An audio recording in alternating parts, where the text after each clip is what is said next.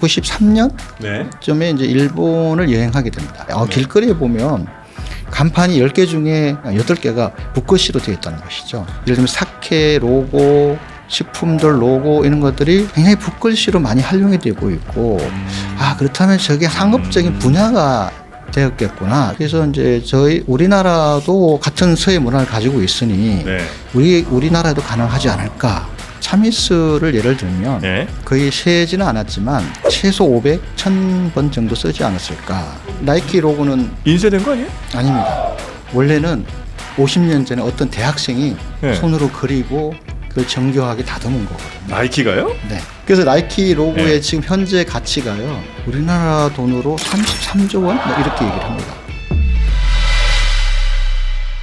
오늘이요 아주 흥미로운 주제로 여러분과 이야기를 좀 나눠볼까 합니다. 여러분이 이용하시는 거의 모든 상품과 서비스에 반드시 포함될 수밖에 없는 바로 이걸 하시는 분인데 우리가 뭐 어떤 컨텐츠를 이용하든 혹은 뭐 어떤 상품을 사든 간에 거의 글씨가 다 써있죠.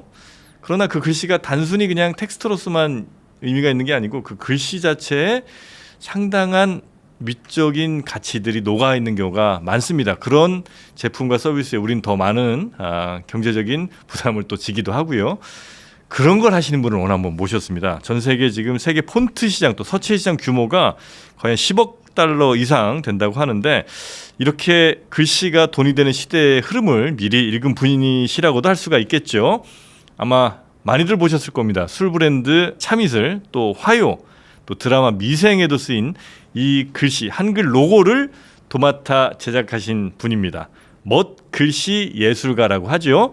캘리그래퍼 강병인 작가님 모시겠습니다. 어서 오십시오. 네, 안녕하십니까? 네, 반갑습니다. 반갑습니다. 네.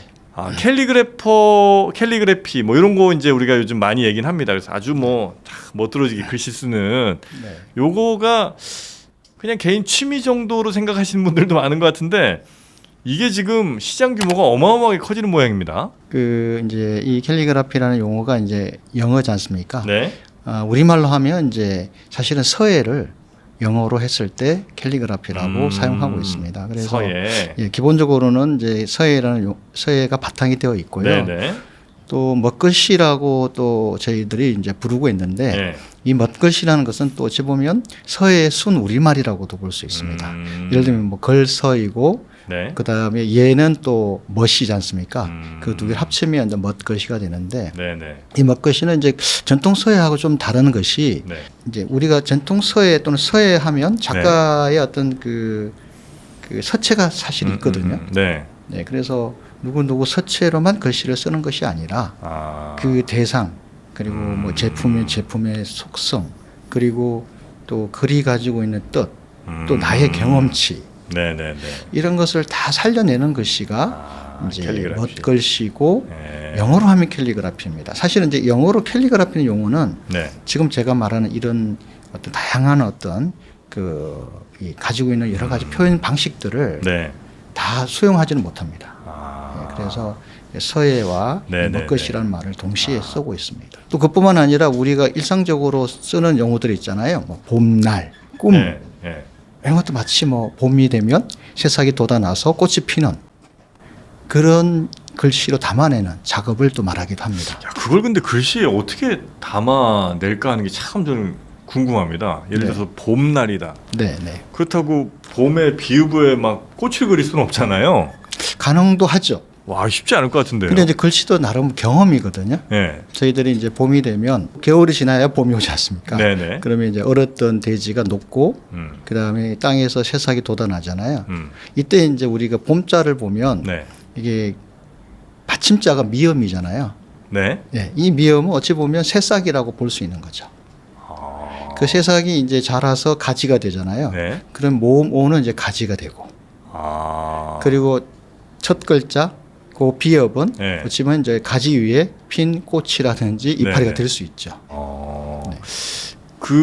이제 많은 분들이 이제 접하셨을 게 이른바 뭐 참이슬 뭐 이런 이제 상표에 있는 글씨라든지 아니면 아까 미생의 드라마의 이제 딱 그 제목 같은 거 이런 거 이제 작업을 하신 걸 텐데 글씨체가 이제 계속 바뀌지 않습니까? 예. 그 제품에 따라 혹은 서비스에 따라 컨텐츠에 따라서 그거는 그러면 새로운 컨텐츠나 뭐 제품을 딱 보시고 네. 여기에 맞는 걸 계속 연구를 하신 다음에 이런저런 걸 써보시고 그 중에 요거다 이렇게 이제 결정하시는 거예요? 어떻게 되는 거예요? 과정이? 예, 맞습니다. 이제 기업이 이제 특히 이제 이 먹글씨 분야는 두 가지 분야 좀 나누어지는데요. 네. 하나는 이제 순수 작가의 어떤 개인의 어떤 뭐 정신을 담아내는 순수 서예가 있고요. 순수 먹글씨가 있고 네. 좀 전에 말씀하신 이제 기업의 어떤 제품의 로고나 뭐 또 영화 드라마 타이틀 이런 것이 좀 약간 상업적인 쓰임이잖아요. 네네. 그래서 이제 상업적인 글씨는 대단히 이제 분석을 좀 해야 됩니다. 제품을 어떻게 만들었는지 예를 들면 네네. 시간이 얼마 걸렸고 네네. 이게 뭐 예를 들면 어떤 우리가 먹거리라면 네. 이 어느 지역에서 또 생산이 되었는지 네. 또 시간은 얼마 걸렸는지 그리고 또 어떻게 팔 건지 그걸 다 분석하게 고민하세요. 네. 결국은 이제 기업에서 어떤 제품을 어떻게 팔 건지 짜는 전략이 우리 보통 마케팅 전략이잖아요. 그러한 것도 네. 사실 분석하고 그리고 이제 중요한 건 이제 마지막에 그 참이슬이라든지 뭐 네. 화요 그 두 글자를 글씨로 형상화하는 거잖아요. 그때는 이제 또 많은 이제 바탕에 여러 가지 공부가 깔려 있어야 이제 예. 결국은 좋은 글씨가 나오겠죠. 네. 그러다 보면 이제 뭐 한 번만에 되는 것은 아니고요. 또 이제 기업에서 또는 뭐 이제 디자인 회사에서 요구하는 여러 가지들을 조율하고 이제 그때는 이제 사실 뭐 어떤 예술성보다는 그러니까 상업적인 가치에 좀 우선을 하죠. 네. 그럼 이게 정말 대박이 났어요. 글씨 잘 쓰셔서. 네, 네. 그러면 이제 뭐 런닝 개런티라고 하나요? 추가로 이렇게 보너스도 받고 그렇습니까? 현재까지 그런 계약은 없었고요. 그렇게는 없어요? 처음에 네. 만들어주고 딱 끝이에요? 네, 되게 지금은 그런 어떤 뭐랄까 비즈니스라고 보도 좋겠고요. 그럼 이제 글씨 그 멋지게 쓰신 거 네. 요게 저작권적으로 보호받죠? 기본적으로 저작권을 보호받습니다. 네. 누가 이렇게 선생님 글씨를 똑같이 따랐어요. 그럼 네, 그거 안 네. 되는 거죠? 그것은 이제 우리 저작권법상 네. 그런 말씀대로 안 되게 되어 있고요. 사실은 이제 모든 미술품들, 뭐 음악 다 포함해서 예. 작가가 뭐 쓰거나 그린 순간부터 예. 저작권은 자동으로 생성된다고 합니다. 네. 야, 근데 이거는 글씨는 다른 뭐 음악이나 뭐 미술도 좀 어려운 부분이 있겠습니다만 글씨는 진짜 어려울 것 같은 게 네. 같은 글씨체라도 크기라든지 비율만 이렇게 살짝 조정하면 또 달라 보이기도 하고 다르다 주장할 수도 있을 것 같기도 하고요. 예, 예. 그런 것 어떻게 분쟁도 종종 생겨납니까? 실제로 제 글씨를 예. 소위 이제 지금 말씀하신 대로 네. 해체를 해가지고 예. 다시 재조업하는 거죠. 워낙 많이 쓰셨으니까 또. 네, 네. 그러니까 그럴 수 뭐 있을 것 같아요. 그러니까 자음, 모음 다 분리해가지고 예, 예. 이제 예를 들면 뭐 C라는 글씨를 A라는 글자에 불러와서 네, 네, 네, 이제 소위 말해 조립을 하는 거죠. 예. 조합을 하는 것인데, 근데 작가는 금방 압니다. 딱 보면 예, 뭐 아무리 이렇게 그 좀 알지 못하게 글씨들을 조합하고 뭐 수정하고 왜곡시켜더라도 기본적으로 이제 그 글씨를 쓴 작가는 금세 눈치를 챕니다. 그렇겠죠. 네, 그래서 이제 그것을 좀 바로 잡기도 하죠. 네. 내 자식 같은 이 글씨체인데. 예, 예. 예. 네. 아니 그럼 예를 들어서 하나의 뭐 상품별로 많이 다르겠습니다만 하나의 어떤 큰 상품을 의뢰를 받으셔서 거기에 맞는 글씨를 개발한다. 글씨체를 만든다고 하면 보통 몇 번 정도의 시작 연습 이걸 좀 하신 다음에 그 글씨까지 나옵니까? 그게 이제 뭐 저 같은 경우에는 아주 작은 뭐 아주 작은 일과 좀 큰 일을 구분할 수는 있잖아요, 그죠? 네네. 뭐 금액적으로도 구분할 수 그렇죠, 있고, 그렇죠. 네. 그 브랜드의 어떤 현재 네. 그 위치 이런 게 따라 좀 다르긴 한데요. 참이슬을 예를 들면 네. 거의 세지는 않았지만 최소 500, 1000번 정도 쓰지 않았을까. 참이슬 참. 이렇게. 이 소위 이제 그 어떤 주제, 네. 그러니까 예를 들면 뭐 아주 젊은 여성층에 맞출 것이냐, 아니면 전통 소주를 좋아하는 중년 남성. 소위 이제 소비자층 주 소비층으로 둘 것이냐, 네. 아니면 뭐 말씀대로 이 먹었을 때 아주 깨끗함, 순수함을 표현할 것인가. 그런 것까지 또 고려를 하다 보면 이 서체가 일단 기본적으로 여러 가지가 나오고요. 와. 또 거기서 이제 골라져야 되는데 네네네. 또 디자인의 방향, 소위 네. 컨셉과 안 맞으면 네. 다시 또 쓰게 됩니다. 지금까지 쓰신 그 여러 개 중에 얘는 진짜 내가 생각해도 너무 잘 썼다. 그리고 생각나는 혹시 글씨 있으면 좀 알려주시면 어떨까 싶은데요. 네, 고맙게도 많이 좀 쓰긴 했어요. 예. 근데 또 하나하나 어찌 보면 예. 자식 같아서 그러니까, 예. 소중하고요. 제 인생의 어떤 그 터닝 포인트인가요? 네. 전환기라고 하죠. 내 인생의 전환기. 기를 만들어준 글씨가 예. 있다면 이제 아무래도 참이슬이고요. 거기서 한번 대박이 나셨군요. 네. 그리고 그다음에 이제 화요가 또 다음 등장하고 화요. 네. 뭐 드라마 같은 엄마가 불났다. 그 드라마가 성공하니까 이제 저도 김성현 선생님의 여러 드라마 타이틀을 또 쓰게 되죠. 그렇습니까? 네. 그래서 그 다음에가 이제 네네. 어찌 보면 미생 뭐 여러 글씨들이 있고요. 네네네. 특히 이제 화요 같은 경우는 이게 이 초반기에 기업이 좋은 술을 만들기 위한 전략은 분명히 이제 앞을 내다보고 맞았지만 네. 그 당시에 이제 정류주라는 우리 소주의 그 어떤 가치를 좀 모를 때였습니다. 네네네. 그러다 보니까 아무래도 시장 진입이 굉장히 어려웠거든요. 그런 과정 속에서 이제 초창기 한자로 된 이제 로고와 그 다음에 제품의 용기 디자인을 바꾸게 됩니다. 원래는 그 화요 처음 나왔을 때는 그게 저 한자로 로고가 있었군요. 로고가 돼 있었죠. 근데 그걸 한글로 바꾸신 거고요. 네. 그다음 하요라는 게 하자 불하자니까 쉽게 읽히잖아요. 근데 요자가 좀 어려운 글자여서 이게 아무래도 소통에서 또 문제가 생겼다라고 분석을 한 거겠죠. 그러면서 이제 한글로 글씨를 제가 좀 쓰게 되고요. 그게 이제 화자에 휘어서 이제 사실 좀 더 설명드리면 매화 한 송이 이렇게 피어 올라가는 모습을 표현한 것이거든요. 그래서 좋은 술을 좋은 사람과 마시면 뭐 예를 들면 우리 내 마음속에 꽃이 핀다. 또 그다음에 또 하나는 아마도 그 하요라는 기업의 어떤 마케팅 전략들이 서로 다 맞아떨어져서 지금은 하나의 어떤 그 소주 우리 전통 소주 중에서 대표 상품이 되었죠.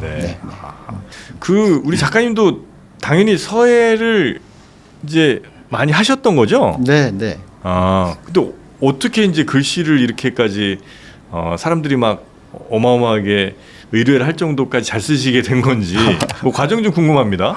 근데 저도 이제 글씨는 잘 못 썼고요. 언제요? 지금도 잘 못 쓴다고 봅니다. 무슨 말씀이세요? 이거는 저 겸손의 말씀은 아니고요. 제가 이제 초등학교 때 서예 담임 선생님 권유로 서예를 시작했고 예전에 참 많이 했는데 그죠? 네, 다 그렇게 했잖아요. 다 시작을 했는데 저는 유독 그냥 글씨 쓰는 게 너무 좋았습니다. 그냥 쓰시는 게? 이게 그래요? 붓을 잡고 있는 시간이 다른 어떤 시간보다 소위 말해서 편안하고 고요함을 즐겼다고 할까요? 그래서 이게 이제 그 잘 쓴다 막 이렇게 했으면 오히려 저기 이 붓을 계속 잡고 있지는 않았을 텐데 붓을 잡고 있으면 잘 쓰든 못 쓰든 기분이 좋아지니까. 그 시간 자체가? 네. 그래서 어려울 때도 붓 한 자루 들고 지리산에 들어가면 되지. 뭐 이렇게 뭐 두려울 거 없지. 뭐 이렇게 좀 해왔고요. 그리고 이제 사실은 이제 좋은 글씨를 쓰려면 부단한 또 공부가 요구됩니다. 저는 그것을 개인적으로 끊임없이 자기를 수고로움으로 내몰아야 한다라고 하거든요. 그 예를 들면 봉은사의 판전인이라는 추사 선생님 글씨가 있잖아요. 그게 이제 대교 약졸 이런 말을 쓰거든요. 그래서 이제 굉장히 그 이미 이제 어느 위로 넘어서면 다시 이제 맨 처음 단계로 돌아가서 굉장히 어린이다운 글씨라고 얘기를 하잖아요. 그러니까 기교가 없다 뭐 이런 말을 하는데 그런 글씨를 쓰기 위해서는 끊임없이 노력을 해야 되고요. 그래서 이제 이 붓이라는 도구는 일반적인 도구하고 다르게 어떤 붓의 어떤 필압, 누르는 힘, 속도, 농담 이런 것 때문에 그러니까 희노애락을 어쩌면 쉽게 표현할 수 있는 도구입니다. 그리고 늘 뭐 글씨를 꼭 잘 써야 되느냐 물어보거든요. 저는 그렇지 않다라고 얘기를 합니다, 사실은. 그래요? 근데 그 왜 그러냐 하면 정말 이제 서예가 어찌 보면 약간 직업으로서 글씨 쓰는 일이잖아요. 저 같은 이 먹글씨 분야도 마찬가지고요. 그리고 누군가에게 나의 어떤 생각을 전달하려면 손으로 썼을 때는 일단 잘 읽혀야 되는 건 맞잖아요. 그랬을 때는 좀 잘 쓰면 좋겠다라고 하는데 개인적으로 너무 그렇게 막 잘 써야 된다는 스트레스는 좀 안 받았으면 좋겠습니다. 아, 그렇지. 왜냐하면 나는 내가 어떤 메모하는 거고 내가 나만 알면 되는 거니까. 근데 이제 이따가 제가 한글 얘기할 때 좀 말씀을 드리겠지만 한글은 어떤 그 원리가 쓰는 원리도 사실 쉽고 명료해서 이 우리가 되게 이제 손으로 쓰는 것을 두려워하는 것은 되게 가독성, 뭐 예뻐야 한다 이런 고정관념 때문에 그렇거든요. 한글은 이제 그 제자 원리가 되게 단순하거든요. 그래서 그 몇 가지 원리만 지키면 금방 가독성은 올라갑니다. 못 쓰는 사람도? 네. 아 그래요? 네. 갑자기 배워보고 싶은데. 그럼 뭐 다른 이야기 앞서서 그냥 그 한글의 원리? 네. 그래서 글씨 좀 잘 쓰는 방법? 네. 그거 좀 한번 제가 배워보겠습니다. 저도 그럴까요? 글씨를 되게 악필이라고 유명한 사람이거든요. 네, 네. 진짜 못 써요. 네. 오늘부터 한번 잘 써보겠습니다. 그러면 한번 제가 먼저 한번 좀 몇 가지 원리를 보여드리고 그렇게 해볼까요? 그러면 좋습니다. 네. 자, 우리 한글의 원리부터 글씨 잘 쓰는 법 좀 배워봅니다. 네. 아시는 것처럼 한글은 이제 하늘 이 점이 있고요. 그다음에 땅 가로획이고 그다음에 사람은 세로획으로 기본적으로 하늘과 땅 사람을 이제 기본 바탕 체계로 삼았고요. 그리고 소리를 또 하늘과 땅 사람 그러니까 첫 소리 끝소리, 중간소리. 이 첫 소리와 끝소리를 이어주는 것은 사람의 역할이다. 이렇게 또 해놨거든요. 기본적으로 요걸 좀 제대로 알아야 되고요. 정자를 이제 쓰다 보면 기본적으로 첫 소리가 이 지읒이에요. 그죠? 그 다음에 중간 소리가 모음 어죠. 그죠? 그 다음에 끝소리가 뭐예요? 이응이죠. 요걸 기본적으로 첫 소리는 지읒인데 이건 하늘이고 끝소리는 이응인데 이게 땅이다. 그리고 모음 어는 사람이다. 이거를 이제 기본적으로 가지고 이제 지읒을 쓰고 그 다음에 우리가 이제 모음 어를 쓰잖아요. 그 다음에 이 종성은 사실 이제 역할이 무슨 역할이냐면 주춧돌 역할인 거죠. 받쳐주는. 그렇죠. 그래서 이 두 글자의 사이에 가운데 무게 중심이 가운데 써주면 이형을 갖다 붙이면 일단 글씨는 정확하게 무게가 잡힙니다. 예를 들면 이제 한번 정프로님께서 평소에 쓰던 서로 글씨를 한번 써보십시오. 제 이름이요? 네. 붓을 너무 오랜만에 잡아갖고 이렇게. 잘 쓰셨습니다 일단. 네.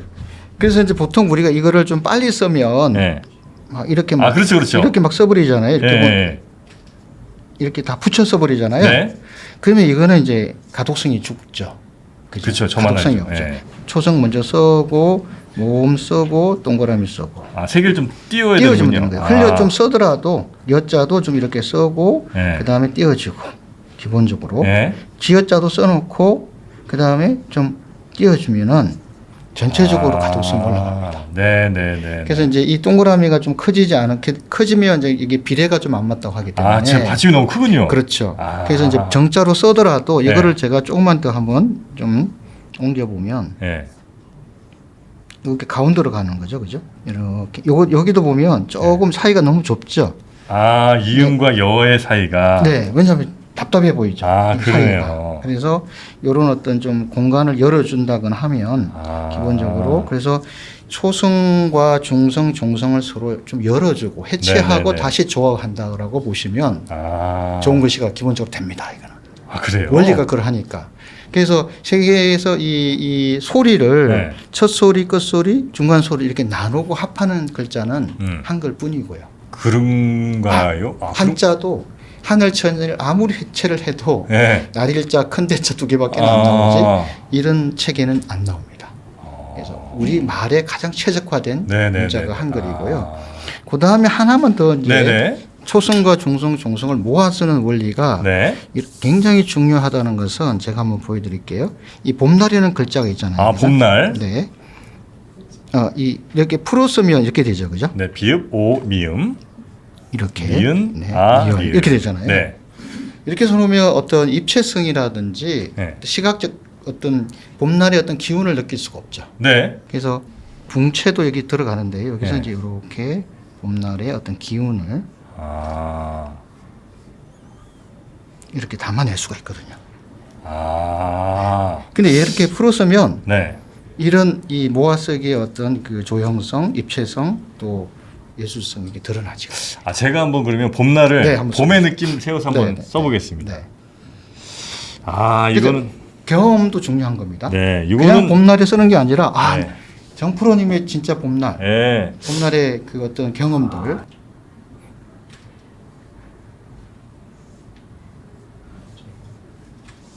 어이시오, 이거 막 기운이 들어갑니다. 네. 천천히.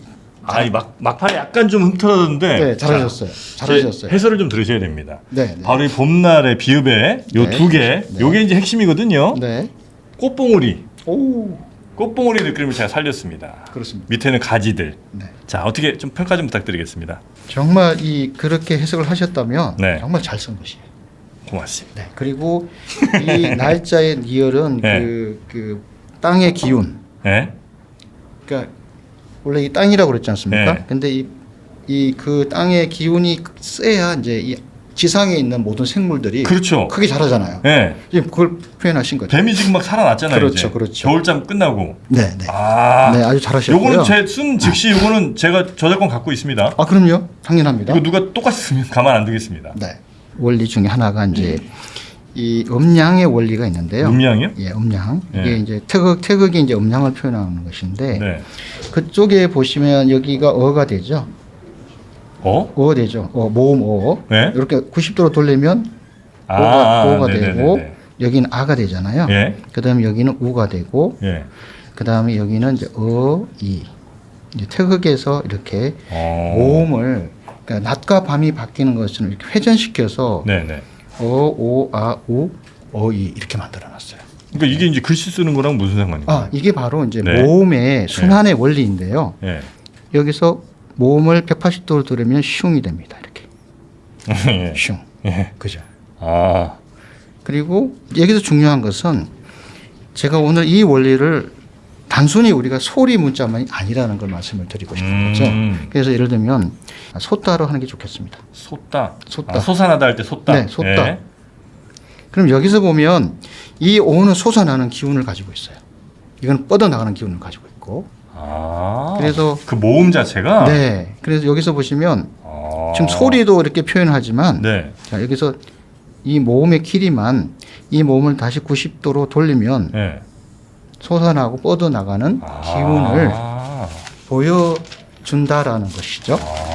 그래서 우리가 이 원리, 순환의 원리, 봄, 여름, 가을, 겨울의 변화의 순환의 원리를 이용하면 단순히 소리뿐만 아니라 그 글이 가지고 있는 뜻, 기운, 네네네. 날다 뭐 이런 거마저도 쉽게 이 원리 안에서 표현이 가능하다는 것을 좀 말씀을 드린 거죠. 그러면서 이제 여기서 한글의 예술성, 즉 가치가 또 드러나는 거죠. 단순히 글자로만 쓰면 이게 없다면 여기서 이 솟아나는 기운이 뻗어나는 게 보이지 않는다면 네. 마찬가지로 아까 니을 쓰셨잖아요. 예. 이런 흘림이 없다면 그런 어떤 뜻을 표현을 못 하는데 이 한글이라는 이 원리 안에서 네. 세상의 모든 소리뿐만 아니라 네. 우리의 어떤 희로애락 이런 것들을 또 표현할 수 네. 있다라고 좀 말씀을 드리려고 설명한 겁니다. 네, 저희가 이렇게 한글 원리도 직접 한번 배우면서 또 글씨 쓰는 것도 한번 해봤는데 재미는 있네요, 확실히. 네. 근데 이 글씨 쓰는 게 혹은 뭐 이런 멋글씨를 디자인하는 게 경제적 가치가 있다. 이건 언제부터 생각을 하시고 이렇게 이쪽으로 완전히 전향하신 겁니까? 네, 제가 97년에 이제 IMF 때 디자인 회사를 운영하고 있었는데요. 뭐 받았던 어음들이 부도나면서 저도 이제 신용 불량자가 되고 아이고. 그리고 이제 그 이전에 이제 93년 네. 쯤에 이제 일본을 여행하게 됩니다. 그때 이제 디자인 관련해서 또 갔었는데 길거리에 보면 간판이 10개 중에 8개가 심지어 심하게 말하면 8개가 붓글씨로 되어 있다는 것이죠. 일본에. 네. 그리고 이제 예를 들면 사케 로고, 식품들 로고 이런 것들이 굉장히 붓글씨로 많이 활용이 되고 있고 그렇다면 저게 하나의 어떤 형식도 갖춰졌지만 하나의 상업적인 분야가 되었겠구나. 그래서 조사해 봤더니 거기는 이제 이런 상업적인 글씨를 쓰는 협회도 있고요. 네네네. 그래서 이제 우리나라도 같은 서예 문화를 가지고 있으니 네. 우리나라도 가능하지 않을까라고 라는 이제 생각을 하게 되죠. 네네. 그러면서 이제 그 우리나라에서도 이런 분야를 좀 한번 해 볼 수 있겠다라는 생각을 하는 차에 IMF가 왔고요. 네, 그 다음에 이제 그때 이후에 제가 앞으로 어떤 삶을 살아가야 되느냐라고 질문을 좀 많이 했었고요. 그게 이제 제가 가장 좋아하고 즐길 수 있는 분야가 서예다. 그래서 서예를 단순히 그냥 작품으로만 쓰지 말고 상업적으로도 순수 작품도 작업을 하고 또 상업적으로도 활용해서 그 소위 이제 그 신용 불량자도 벗어나고 새로운 어떤 분야를 또 한번 개척해보자라는 생각을 하게 되죠. 근데 예전에는 사실 야 글씨 하나 좀 네가 잘 쓰니까 써줘라 요 정도겠지. 네, 맞습니다. 야 글씨 잘 써줬으니까 네. 돈 얼마 받아가 이거 아니었을 거 아니에요. 네, 네. 그 어떻게 이건 돈 받아야 되는 일이라는 걸 어떻게 각인시키신 겁니까? 초창기에는 이제 굉장히 다들 저희 이런 생각을 한 사람이 몇 명 손꼽았는데요. 아무튼 이제 이 효과가 검증이 안 돼 있었거든요. 이 서예로 또는 손글씨로 붓글씨로 이 로고를 만들고 사용했을 때 가치 그게 참 그거를 설득하는 것에서 굉장히 고민이 많았고 어려움이 많았죠. 근데 이제 아시다시피 이제 아무리 그 디지털이 발전하더라도 이 아날로그적인 감성이잖아요. 소위 이제 감성 커뮤니케이션이라고 하는데 이것이 이제 어떤 우리의 자연, 인간의 삶 그런 그 제품의 다양한 이야기들을 과연 이게 활자로 표현이 가능할까? 정형화된 컴퓨터로 만들어진 저는 거기서 이제 이 분야의 가능성을 충분히 믿었고 그야말로 돌진을 했습니다. 근데 말씀 듣다 보니까 어쩌면 막 70년대, 80년대 산업화로 막 발전할 때는 정말 규격화된 글씨 그냥 고딕체, 명조체 이런 걸로 이제 쭉 가는 거였겠지만 효율성이 중요하니까 근데 점점 세상이 이렇게 다양해지면 글씨체도 혹은 폰트도 굉장히 다양해지고 각 필요한 글씨들을 각자 만들어내고 이래야 될 가능성이 좀 높겠군요. 그래서 이 손으로 쓴 뭐 그림, 글씨가 얼마나 가치가 큰지 혹시 제가 예를 하나 들어볼까요? 바로 나이키입니다. 나이키는 나이키 로고는 인쇄된 거 아니에요? 아닙니다. 원래는 50년 전에 어떤 대학생이 손으로 그리고 그걸 정교하게 다듬은 거거든요. 나이키가요? 네. 그렇습니까? 사실 나이키 로고를 빼면 나이키는 없잖아요. 그렇죠, 나이키는. 그래서 나이키 로고의 지금 현재 가치가요. 네. 우리나라 돈으로 33조 원 뭐 이렇게 얘기를 합니다. 근데 그 당시에 그 학생한테 준 돈은 우리 돈으로 얼마인지 아세요? 물론 50년 전이라서 그런데 300만 원? 아닙니다. 5만 원 줬다고 합니다. 근데 그 그림 그 손으로 그린 그림 저는 이제 쓴다고 하는데요. 그것이 그렇게 가치가 크고 또 우리 주변에서도 예를 들면 신라면 그렇죠. 네네. 그 신라면도 로고가 굉장히 중요한 가치를 가지고 푸라면이라고 요즘 젊은 친구들이 많이 하는. 자, 그러면 우리 작가님과 함께 뭐 이런저런 글씨 이야기를 좀 많이 나눠봤는데 우리 라이프 넘버스 공통 질문이 내가 넘어서고 싶은 숫자가 얼마냐 이렇게 여쭤보거든요. 근데 100을 써주셨습니다. 100이라는 건 혹시 어떤 의미일까요? 100이라는 숫자는 너무 좀 흔해서 저도 좀 고민을 했는데요. 제가 좀 100살까지 건강하게 살아야 되겠다라는 다짐을 좀 했습니다.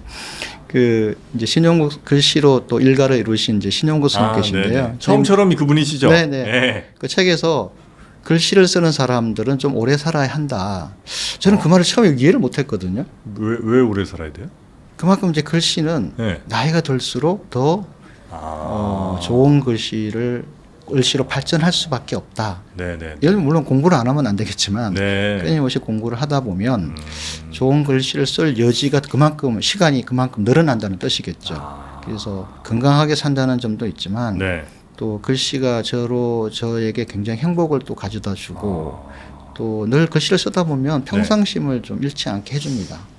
그래서 좋은 글씨를 또 제가 좋아하는 글씨를 계속 쓰려면 건강해야 된다라는 생각에서 그래서 아침마다 이제 그 팔굽혀펴기 45개, 윗몸 일으키기 55개를 하신다고요? 네, 매일 합니다.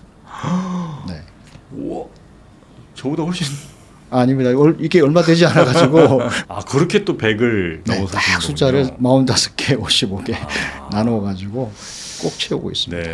그러면 이제 우리 작가님께서도 정말 100세 혹은 뭐 그 이상까지 이렇게 건강한 삶을 유지하시면서 네. 그리고 멋진 글씨 그리고 꼭 멋이 아니더라도 사람들한테 감동을 주는 혹은 사람들한테 어떠한 느낌인가를 주는 그런 글씨를 예, 계속해서 만들어 주시기를 바라면서 앞으로 이제 AI 시대가 되면 이쪽도 아마 침범하려고 AI들이 많이 노력할 텐데 네. 예, 우리 작가님께서 잘 좀 지켜주셔야 됩니다. 알겠습니다. 네. 그래서 저는 더 아날로그로 더 들어가겠습니다. 맞습니다. 네, 네. 그렇게 우리나라 또 글씨의 멋들어짐을 전 세계에도 많이 좀 알려주시는 그런 강병인 작가님이 되시길 바라면서 오늘은 여기서 마무리하도록 하겠습니다. 네. 작가님 오늘 저 한글 잘 배웠고요. 네. 글씨 앞으로 잘 쓰겠습니다. 고맙습니다. 고맙습니다. 네, 라이프 인 넘버스 재밌게 보셨나요? 그러셨다면 지금 바로 구독과 좋아요 버튼 잊지 마시고요. 한 번씩 꼭 눌러주시기 바라겠습니다. 함께해 주신 여러분 고맙습니다.